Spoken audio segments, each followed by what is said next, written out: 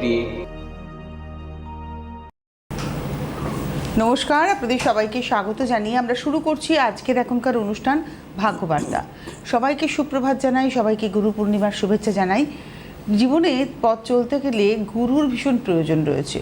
গুরু শব্দ অর্থাৎ যিনি আমাদের অন্ধকার থেকে আলোর দিকে নিয়ে যাবেন। তো আমাদের জীবনে জ্যোতিষীর যে ভূমিকা সেটাও কিন্তু ওই পথপ্রদর্শকের ভূমিকা, গুরুর ভূমিকা। এই ভূমিকায় সবাই যে অবতীর্ণ হতে পারেন এমনটা নয়। এখানে অভিজ্ঞতা এবং সততা, এই দুয়ের মধ্যে দিয়ে যিনি এগিয়ে চলেছেন সেই মানুষকে কিন্তু আমরা মেনে নিই গুরু হিসেবে। আমাদের সঙ্গে যে মানুষটি রয়েছেন এই অনুষ্ঠানে, ভাগ্যবার্তা অনুষ্ঠানে, তিনি হচ্ছেন পণ্ডিতজি ভৃগুশ্রী জাতক, যিনি সততার সঙ্গে দীর্ঘ 38-39 বছর ধরে তার এই পেশাগত জীবন যাপন করছেন এবং মানুষ তার কাছে এসে উপকৃত হচ্ছেন। এই উপকৃত হচ্ছেন বলেই মুখে মুখে তার প্রচার প্রসার বেড়ে চলেছে। অনেক অনেক স্বাগত জানাবো পণ্ডিতজিকে। নমস্কার, প্রত্যেক দর্শকবৃন্দকে জানাই গুরু পূর্ণিমার শুভেচ্ছা। আজ এই গুরু পূর্ণিমা উপলক্ষে গুরু কথায় থাকবে যোগীরাজ শ্যামাচরণ লাহিড়ীকে নিয়ে বলবো। প্রথমে থাকবে আজকে রাশিফল এবং গ্রহ সন্নিবেশ। আজ হচ্ছে পূর্ণিমা, গুরু পূর্ণিমা থাকবে সন্ধ্যে 7:40 পর্যন্ত। আজ হচ্ছে ধৃতি যোগ। আজকের গোচরে রাজযোগ কারক গ্রহ হচ্ছে শুক্র। আজকের গোচরে রাজযোগ কারক গ্রহ হচ্ছে শুক্র এবং বুধ। আজকের আত্মকারক গ্রহ হচ্ছে শুক্র। আজকের অভিজিৎ মুহূর্তে নেই। আজকের রাহুকাল দিবা 11:43 থেকে 1:23 পর্যন্ত। রবি আজকে অবস্থান করবে কর্কট রাশির পুষ্যা নক্ষত্রে। চন্দ্র আজকে অবস্থান করবে ধনু রাশির উত্তরাষাঢ়া নক্ষত্র থেকে মকর রাশির শ্রবণা নক্ষত্রে অবস্থান করবে। মঙ্গল আজকে অবস্থান করবে বৃষ রাশির মৃগশিরা নক্ষত্রে। বুধ আজকে অবস্থান করবে মিথুন রাশির পূর্ণবসু নক্ষত্রে। বৃহস্পতি আজকে অবস্থান করবে কর্কট রাশির পুষ্যা নক্ষত্রে। শুক্র আজকে অবস্থান করবে সিংহ রাশির পূর্ব ফাল্গুনী নক্ষত্র থেকে। শুক্র আজ উত্তর ফাল্গুনী নক্ষত্রে প্রবেশ করবে। শনি আজকে অবস্থান করবে মীন রাশির রেবতী নক্ষত্রে। রাহু আজকে অবস্থান করবে কুম্ভ রাশির শতবিশা নক্ষত্রে। কেতু আজকে অবস্থান করবে সিংহ রাশির মঘা নক্ষত্রে। আজ শুক্র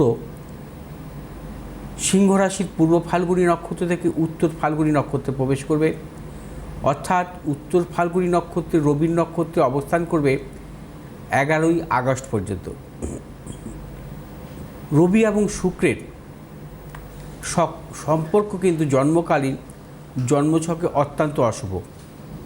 কারণ রবি এবং শুক্রের সম্পর্ক সর্বদা শত্রু সম্পর্ক, অর্থাৎ শুক্র রবির নক্ষত্রে অবস্থান অত্যন্ত অশুভ। সেই ক্ষেত্রে নানা রকম প্রতিকূলতা আসতে পারে কিছু রাশির জাতক জাতিকাদের ক্ষেত্রে। যেহেতু শুক্র এবং রবির সম্পর্ক অত্যন্ত অশুভ যোগ, বিশেষ করে কন্যা রাশি এবং মকর রাশির জাতক জাতিকাদের ক্ষেত্রে কর্ম এবং ব্যবসা সংক্রান্ত নানা রকম প্রতিকূলতা আসতে পারে আগামী 11 আগস্ট পর্যন্ত। সেই বিষয়ক সতর্কতা অবলম্বন করতে হবে। কারণ শুক্র রবির সম্পর্ককে আমরা মূলত জন্মছকে দারিদ্র্য যোগ বলে থাকি এবং রবির নক্ষত্রে শুক্রের অবস্থান 11 আগস্ট পর্যন্ত নানা রকম প্রতিকূলতা আসতে পারে কন্যা এবং মকর রাশির জাতক জাতিকাদের ক্ষেত্রে। আজ মেষ রাশির জাতক জাতিকাদের ক্ষেত্রে অত্যন্ত শুভ। কর্মক্ষেত্রে সাফল্য, ব্যবসা ক্ষেত্রে সাফল্য, দূরযাত্রার ক্ষেত্রে সাফল্য পাবেন। মেষ রাশির জাতক জাতিকার যে কোনো শুভ কাজের ক্ষেত্রে উত্তর পশ্চিম দিকে অগ্রসর হবেন সাফল্য। শুভ রং হচ্ছে আপনাদের লাল এবং সবুজ। 8 সংখ্যার জাতক জাতিকাদের ক্ষেত্রে অশুভ, 6 সংখ্যার জাতক জাতিকাদের ক্ষেত্রে শুভ। বৃষ রাশির জাতক জাতিকাদের ক্ষেত্রেও আজকের দিনটি অত্যন্ত শুভ। অর্থনৈতিক সাফল্য, কর্মক্ষেত্রে সাফল্য এবং ব্যবসা ক্ষেত্রে নানা রকম সাফল্যের যোগ আছে বৃষ রাশির জাতক জাতিকাদের। বৃষ রাশির জাতক জাতিকাদের পারিবারিক দিক থেকেও নানা রকম শুভাশুভ ফল মিলবে। আজ আপনারা যে কোনো শুভ কাজের ক্ষেত্রে উত্তর পশ্চিম দিকে অগ্রসর হবেন সাফল্য। শুভ রং হচ্ছে আপনাদের সাদা এবং সবুজ।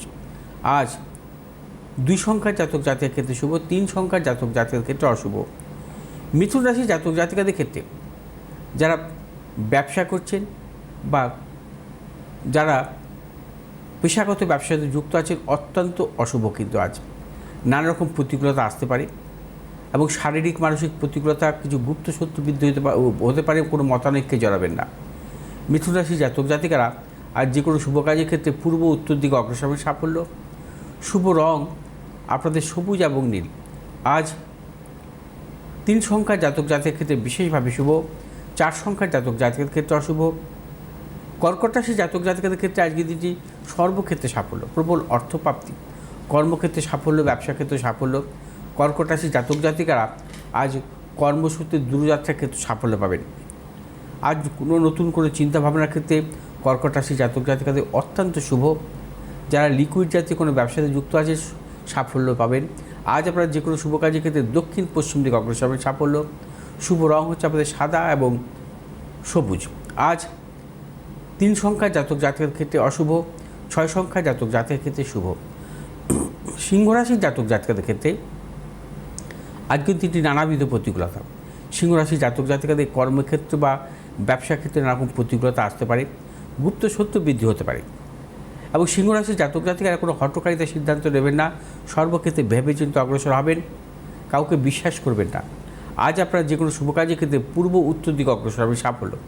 শুভ রং আপনাদের লাল এবং সাদা। আজ 3 সংখ্যার জাতক জাতকের ক্ষেত্রে শুভ, 8 সংখ্যার জাতক জাতকের ক্ষেত্রে অশুভ।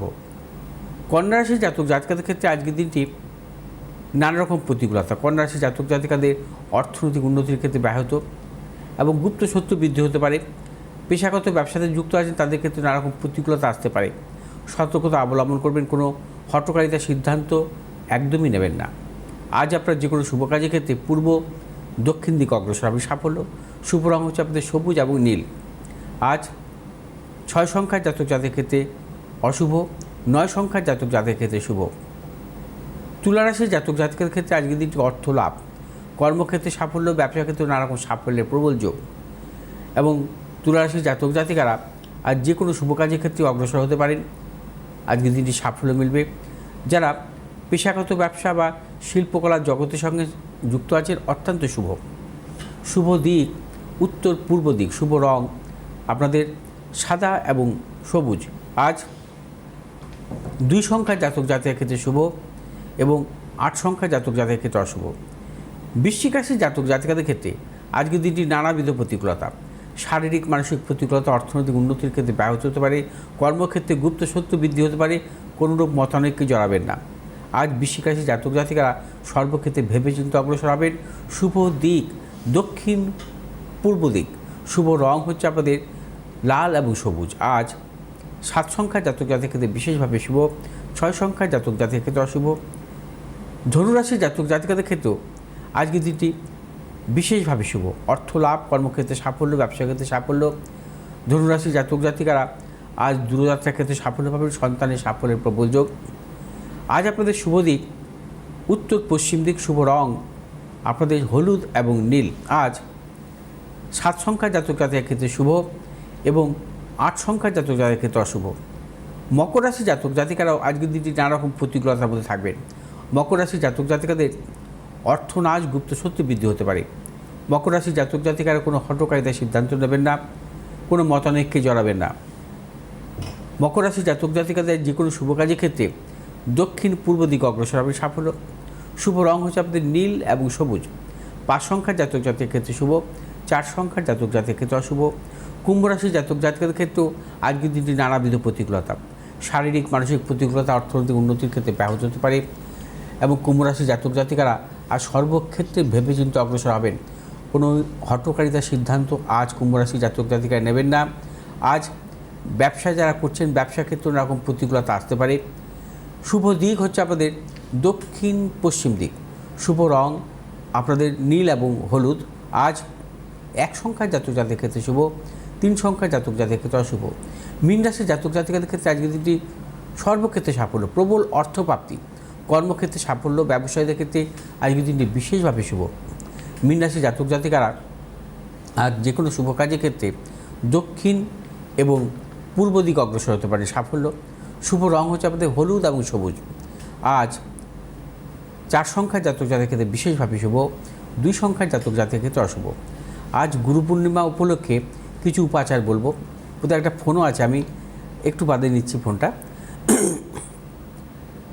আজকের দিনটি গুরু পূর্ণিমা উপলক্ষে আপনাদের গুরু বা গুরুমার চরণে হলুদ অর্পণ করবেন বা ছবিতে হলুদ অর্পণ করতে পারেন। আজ আপনার উত্তর পূর্ব দিকে একটি ঘিয়ের প্রদীপ জ্বালাবেন, তার মধ্যে কিছুটা হলুদ দিয়ে। আজকে কুবের দেবতার উদ্দেশ্য একটি ঘিয়ের প্রদীপ জ্বালাবেন এবং তার মধ্যে হচ্ছে কিছুটা, সেটা মাটির প্রদীপ হলে ভালো হয়, এবং একটু কাঁচা হলুদ দিয়ে দেবেন। আজকে গুরু পূর্ণিমা উপলক্ষে একটু তামার বাটিতে বা তামার ঘটে গঙ্গার জল, হলুদ মিশ্রিত জল, একটু কর্পূর নিয়ে আপনার বাড়ির চারিদিকে ছিটিয়ে দেবেন, যাতে কোনো বাস্তু সংক্রান্ত কোনো সমস্যা না আসে, এবং এটা অত্যন্ত শুভ ফল পাবেন। আজ গুরু পূর্ণিমা উপলক্ষে কোনো দুস্থ মানুষকে বা কোনো ব্রাহ্মণকে হলুদ বস্ত্র আপনি দান করতে পারেন। সেক্ষেত্রে আপনার বৃহস্পতি সংক্রান্ত কোনো সমস্যা থাকলে দূর হবে। আজ গুরু পূর্ণিমা উপলক্ষে আতপ চালের গুঁড়ো, কর্পূর, দই এবং হলুদ মিশ্রিত করে, কাঁচা হলুদ মিশ্রিত করে রসটাকে আপনারা আপনাদের সদর দরজায় একটি স্বস্তিক চিহ্ন অঙ্কন করবেন। সেক্ষেত্রে কিন্তু সাফল্য পাবেন, অর্থনৈতিক সাফল্য আসবে। আসবো আজকে ফোন নিয়ে, তারপর আসবো গুরু কথায়। আর তার আগে আমি একটুখানি বলে দেবো, পণ্ডিতজিকে প্রত্যেক রবিবার দিন পাবেন হচ্ছে গড়িয়াহাট, প্রত্যেক সোমবার আপনারা পেয়ে যাবেন দক্ষিণেশ্বর, প্রত্যেক মঙ্গলবার হাতিবাগান এবং প্রত্যেক বুধ, শুক্র, রবিবার পাবেন বারাসাতে। 8583013265 এই ফোন নাম্বারে ফোন করুন। অনলাইন কনসালটেন্সিও কিন্তু পেয়ে যাবেন আপনারা ভারতবর্ষের যে কোনো প্রান্তে বসে। নমস্কার, কে রয়েছেন? হ্যালো, হ্যালো, কে বলছেন, কোথা থেকে বলছেন? আমি ভাস্বতী চক্রবর্তী বলছি, রানাঘাট থেকে। ভাস্বতী চক্রবর্তী, রানাঘাট থেকে। কার সম্পর্কে জানবেন? আমি আমার দিদির ছেলে সম্পর্কে জানবো। আচ্ছা, দেখেননি এই অনুষ্ঠান? আমি রোজ দেখি। কারেন্ট আচ্ছা। যখন থাকে, আমাদের এখানে কারেন্ট খুব ডিস্টার্ব করে, আচ্ছা আমি রোজ দেখি।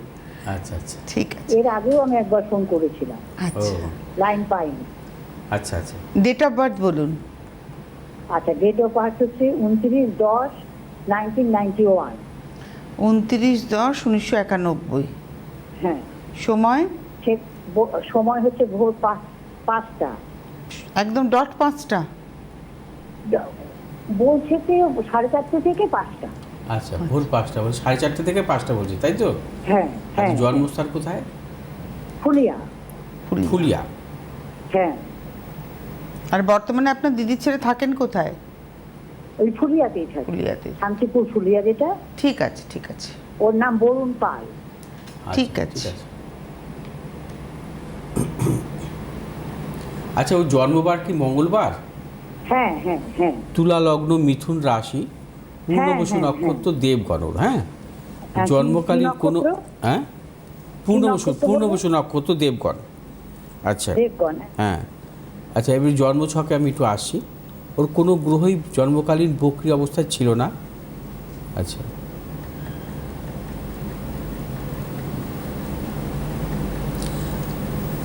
তুলা লগ্ন, লগ্নেই অবস্থান করছে রবি, বুধ, মঙ্গল, এবং চতুর্থপতি শনি স্বক্ষেত্রে, সপ্তম, অষ্টম, নবমভাবে চন্দ্র এবং কেতুর অবস্থান। আচ্ছা, দশমপতি নবমভাবে অবস্থান করছে। একাদশভাবে শুক্র এবং বৃহস্পতি স্বক্ষেত্রে দৃষ্ট, মঙ্গলের স্বক্ষেত্র দৃষ্ট, শনি স্বক্ষেত্রে অবস্থান করছে। আচ্ছা, আর জন্মছক অনুযায়ী ভাগ্যপতি কারক গ্রহের সাথে দ্বিতীয়পতি রাজযোগে আবদ্ধ, অর্থাৎ ভাগ্যপতি বুধ দ্বিতীয়পতি মঙ্গলের রাজযোগে আবদ্ধ, আর রাজযোগ কারক গ্রহ হচ্ছে ওর শনি স্বক্ষেত্রে অবস্থান করছে, অর্থাৎ চতুর্থপতি পঞ্চমপতি স্বক্ষেত্রে আছে। জন্মছক কিন্তু অত্যন্ত শুভ, ভালো জন্মছক। এবার একটু বর্তমানে আরেকটু দেখে নিচ্ছি আমি জন্মছকটা, কোনো গ্রহ কম্বাস্ট আছে কিনা। রবি হচ্ছে জন্মছক অনুযায়ী 11 ডিগ্রিতে ছিল, বুধ ছিল 26 ডিগ্রিতে, অর্থাৎ বুধ কম্বাস্ট হয়নি। আচ্ছা, মঙ্গল ছিল 14 ডিগ্রিতে, মঙ্গল কম্বাস্ট আছে, অর্থাৎ লগ্নের সপ্তমপতি, সপ্তম হচ্ছে দাম্পত্য জীবনের ক্ষেত্র। সপ্তমপতি মঙ্গল হচ্ছে লগ্নি কম্বাস্ট, এটা কিন্তু ভালো নয়। এডুকেশনের জায়গা ভালো, কর্মজীবনও ভালো, কারণ কর্মপতি ভাগ্যভাবে অবস্থান করছে। এখন বর্তমানে চলছে হচ্ছে বুধের মহাদশা, ভাগ্যপতির মহাদশা। ভাগ্যপতির মহাদশা শুরু হয়েছে ওর ওর জন্মছক অনুযায়ী 2003 সাল থেকেই ভালো, কারণ 3 সাল থেকে ওর শনির দশা। শনি ওর হচ্ছে রাজ্যকারক গ্রহ, শনি স্বক্ষেত্রে অবস্থান করছে এবং 22 সাল পর্যন্ত শনির দশা ছিল। এই সময়ের মধ্যে ওর এডুকেশনটা ভালো হয়েছে আমার হিসেবে।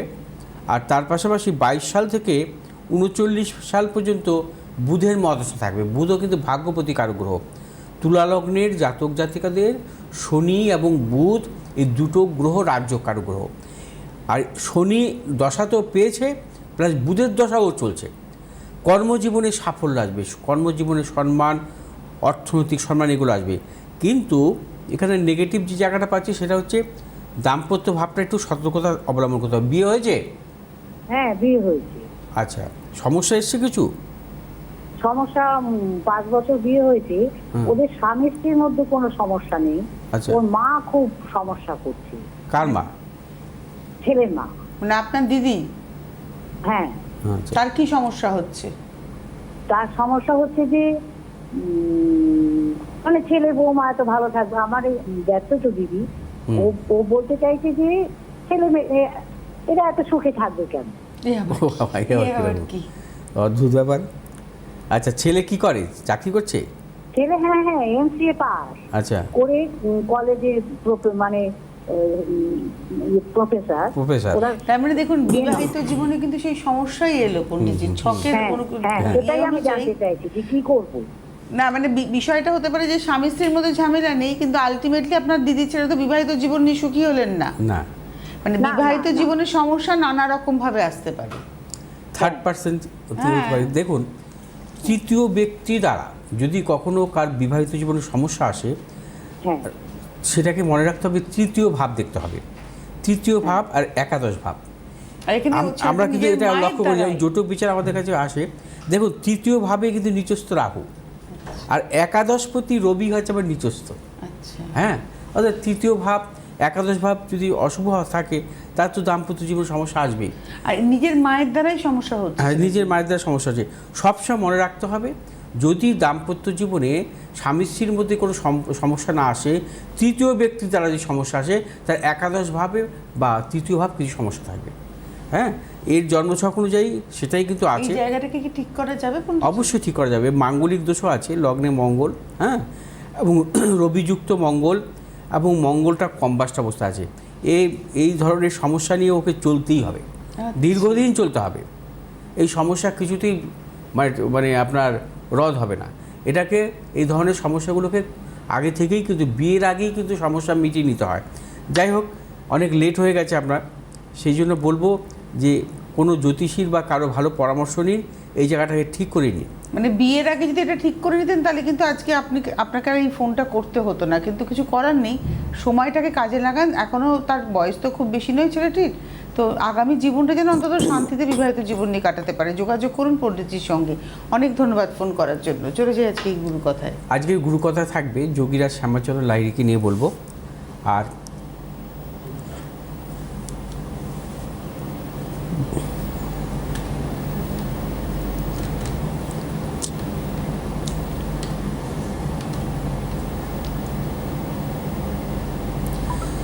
ভারতের ক্রিয়াযোগের জগতের এক উজ্জ্বল নক্ষত্র যোগীরাজ শ্যামাচরণ লাহিড়ী। সংসার ধর্ম পালন করেও যে আধ্যাত্মিক মার্গে সফলভাবে হাঁটা যায় এবং সাধনার সর্বোচ্চ স্তরে পৌঁছানো যায়, তা হাতে কলমে প্রমাণ করে দিয়েছেন এই মহান আধ্যাত্মিক গুরু। আজকের এই পুণ্যতিথিতে স্মরণ করব যোগীরাজ শ্যামাচরণ লাহিড়ীকে নিয়ে, যাকে সবাই লাহিড়ী মশাই বলেই জানেন। ব্রিটিশ ভারতবর্ষের 1895 সালে নদিয়া জেলায় এক ব্রাহ্মণ পরিবারে জন্মগ্রহণ করেন শ্যামাচরণ লাহিড়ী। তার জীবন ছিল আর 5টা সাধারণ গৃহস্থ বঙ্গ সন্তানের মতোই। চাকরি করতেন একটি বেসরকারি সংস্থায়।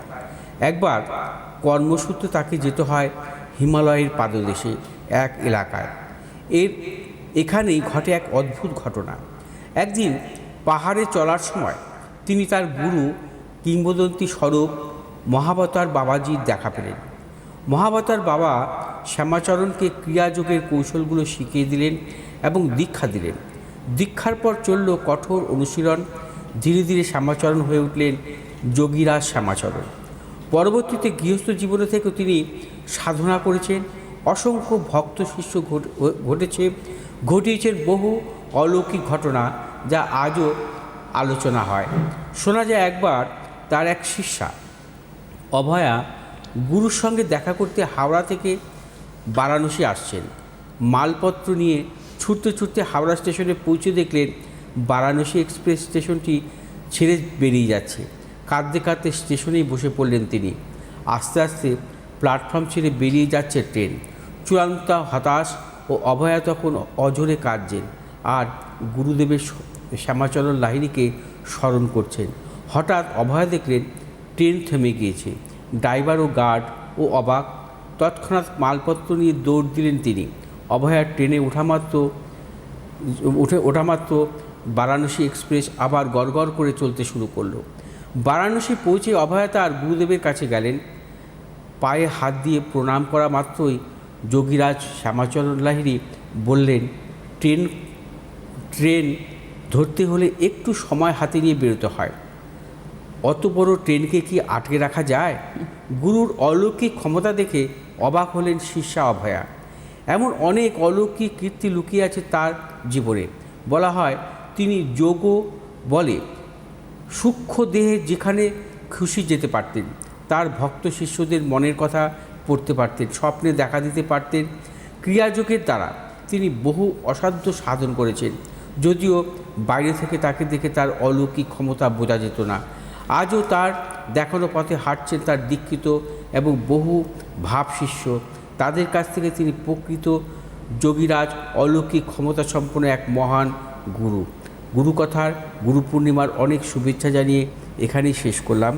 আসবো আগামীকাল অন্য কোনো গুরুকে নিয়ে। তবে আজকে হাতে আর সময় নেই পণ্ডিতজি, বিদায় নেওয়ার পালা। আজকে এই মুহূর্তে এই পর্যন্তই। আবার আগামীকাল থাকছে ভাগ্যবার্তা আপনাদের জন্য। নমস্কার।